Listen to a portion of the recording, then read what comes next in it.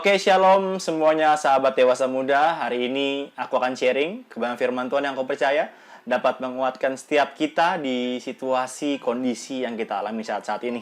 Oke, langsung aja kita baca firman Tuhan di Kisah Para Rasul 16. Kisah Para Rasul 16 ada satu kisah yang menceritakan pada saat itu Paulus dan Silas, bagaimana pada saat itu mereka di penjara.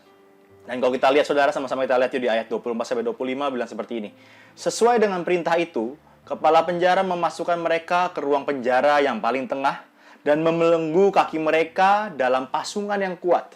Tetapi kira-kira tengah malam, Paulus dan Silas berdoa dan menyanyikan puji-pujian kepada Allah, dan orang-orang hukuman lain mendengar mereka. Jadi pada saat itu, teman-teman semua, bagaimana Paulus dan Silas ada di dalam penjara bagian paling tengah. Dan firman Tuhan menceritakan kalau penjara bagian paling tengah itu bisa dikatakan bahwa mereka menjadi tahanan yang benar-benar memang sangat dikhususkan. Dan di penjara bagian paling tengah itu berarti penjagaannya juga sangat amat ekstra. Dan pada saat itu bukan hanya saja mereka ditaruhkan dalam penjara paling tengah, tapi firman Tuhan bilang apa? Kaki mereka dipasung sangat kuat. Jadi bisa dibayangkan kaki mereka, kalau ini kaki, benar-benar dipasung, diikat, dan pasti itu sangat sakit. Dan mungkin aliran darah tidak bisa mengalir dengan benar. Bahkan mereka bisa jadi bengkak karena benar-benar diikat dengan kuat. Tapi apa yang mereka lakukan? Paulus dan Silas, apa yang mereka lakukan di ayat 25 bilang gini. Tetapi kira-kira tengah malam, Paulus dan Silas berdoa dan menyanyikan puji-pujian kepada Allah. Di saat situasi yang gak enak, kondisi yang gak enak, mereka dalam penjara, gelap, diikat kakinya, tapi mereka apa yang lakukan? Mereka mau untuk tetap berdoa dan menyanyikan puji-pujiannya bagi Tuhan. Teman-teman, dari firman ini, aku cuma mau bilang satu hal. Mungkin saat ini, kita sama seperti Paulus dan Silas ada di dalam situasi kondisi yang gak enak. Mungkin kalau Paulus dan Silas pada zaman itu, mereka di penjara. Saat ini kita sedang menghadapi bagaimana pandemi COVID-19 yang benar-benar sangat parah, sampai kita harus di rumah terus, kita harus stay di rumah aja, nggak boleh kemana-mana. Mungkin kita merasa kalau ini situasi yang nggak enak. Tapi dengar, dari firman Tuhan ini kita bisa belajar kalau satu hal kalau seperti ini. Ternyata, di saat-saat yang tidak enak pun, yang harus kita lakukan adalah apa? Sama seperti Paulus dan Silas, kita harus tetap bisa untuk berdoa dan memuji Tuhan.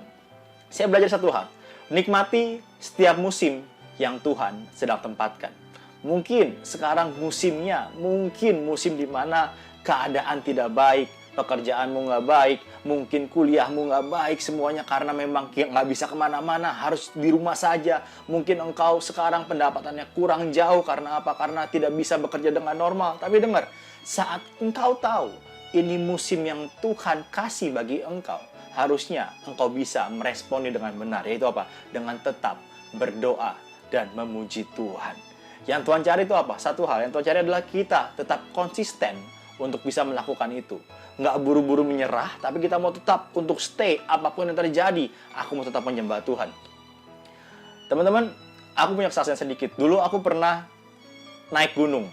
Mission trip naik gunung ke gunung di Jayawijaya, di Wamena. Dan pada saat itu benar-benar keadaan bagaimana melayani di dalam gunung, hutan, dan pada saat itu ada anak kecil, anak lokal yang benar-benar meng-guide aku, dan dia bilang gini, "Adek, berapa gunung lagi sampai?" Adik itu cuma ngomong, "Sedikit lagi kakak." "Oh ya udah, oke iya." Naik ke gunung, turun lagi. "Adek, jam berapa sampai, kapan, jam berapa nih kita sampai?" "Sedikit lagi kakak." Naik gunung lagi, turun gunung lagi, 2 gunung, dan akhirnya apa?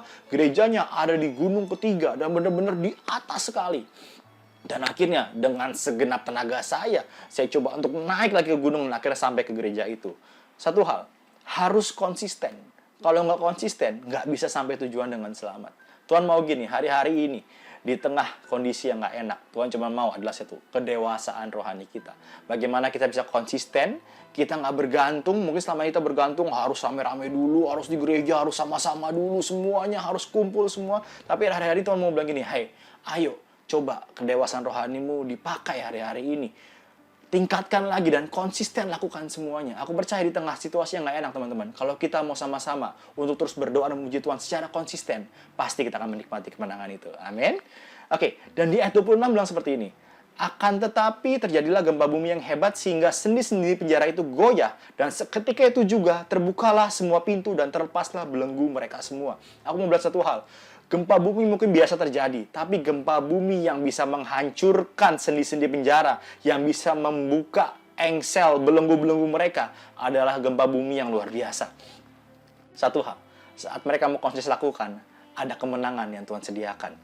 Ada waktunya kemenangan Tuhan berikan bagi kita. Aku percaya kalau tadi di poin pertama kita bisa konsisten melakukan itu. Aku percaya semua pasti ada waktunya.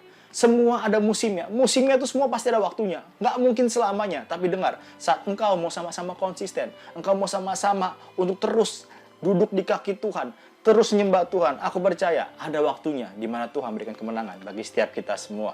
Dan yang terakhir, di ayat 33-34 bilangnya seperti ini. Pada jam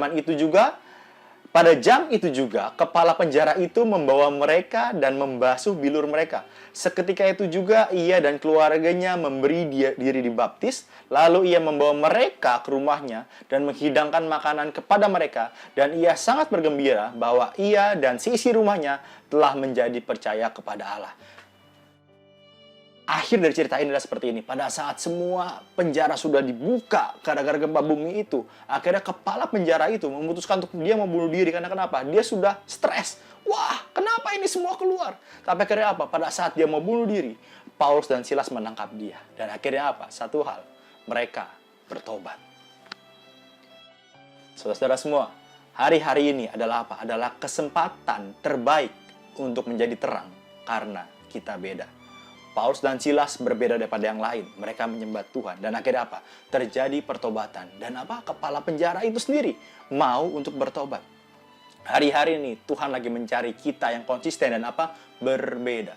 Pada saat kita bisa berbeda, aku percaya orang-orang di luar sana mungkin lagi panik, lagi semua khawatir. Bahkan kita udah gak bisa lagi bergantung sama siapapun juga. Sudah bingung. Bahkan semua orang akan mencari Tuhan.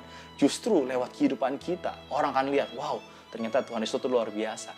Lewat kehidupanmu di sosial mediamu, di pekerjaanmu, bahkan di lingkunganmu, orang akan lihat, wow, dengan situasi yang seperti ini, engkau masih bisa tenang, masih bisa memuji Tuhan. Aku percaya, orang-orang semua pasti akan datang ke Tuhan. Karena apa? Bukan karena engkau langsung tumpang tangan ke mereka, engkau pakai kalung salib yang besar. Bukan, tapi karena apa? Karena dari hidupmu mencerminkan Tuhan Yesus. Jangan terjebak meratapi keadaan, tapi mulai bergerak, mulai dari pujian penyembahanmu. Aku percaya kalau engkau menjadi pemuji penyembahnya Tuhan lewat situasi seperti ini, aku percaya engkau akan jadi berkat bagi banyak orang dan engkau akan keluar sebagai pemenang. Oke? Tuhan Yesus memberkati kita semua.